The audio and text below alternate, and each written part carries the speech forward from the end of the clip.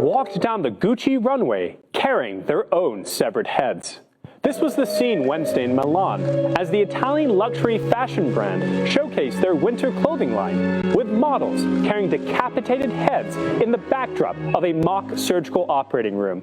Describing his motivation behind the morbid display, Gucci's designer Alessandro Michele said he was inspired by a futuristic communist manifesto titled A Cyborg Manifesto, which advocates for a chimeric, monstrous world of fusions between man, animal, and machine.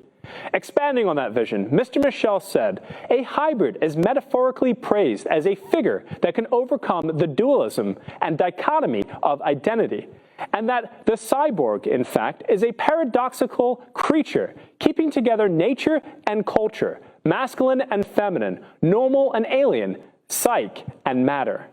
A translation of this dystopian ideology is simply that a physical, biological merger between humans and machines, known as transhumanism, will eliminate biblical definitions of life, including one's gender, sexual attractions, and worldview.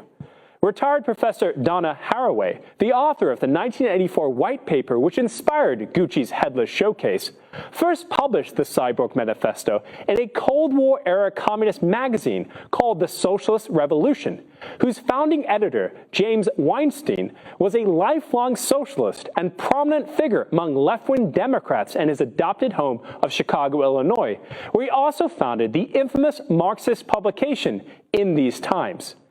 In her manifesto, Ms. Haraway wrote that a cyborg does not dream of community on the model of the organic family and would not recognize the Garden of Eden because it is not made of mud and cannot dream of returning to dust. Most recently, Ms. Haraway, who has proclaimed herself a cyborg, has become a vocal proponent of population control through voluntary eugenics and called the utopian idea non-discriminatory, friendly, collective, and non-coercive. With mainline fashion shows now actively incorporating elements of Satanism, Freemasonry, and cyborg communism, how much weirder will the world get before Christ's return? With this TruNews headline update, I'm Edward Zoll. Have you heard about the Anglican Church, which allowed a satanic fashion show to take place in their sanctuary? As it turns out, it wasn't the first English church an occult-worshipping celebrity designer was allowed to desecrate. And the events actually have deep underpinnings to Freemasonry, an organization which has been dedicated since its inception to destroy Christianity. Dilara Findikulu, the Turkish designer behind the demonic performance inside London's historic St. Andrew Holborn Church, was welcomed in September 2015 by a neighboring Anglican church, St. Giles in the Fields, to host an occultist rendition of the Last Supper. As part of a photo shoot of Miss Findikulu's 2016 fashion line, the sanctuary of St. Giles in the Fields was transformed into a graveyard, and the last meal of our Savior Jesus Christ before his crucifixion and glorious resurrection was depicted mockingly as a ceremony of death.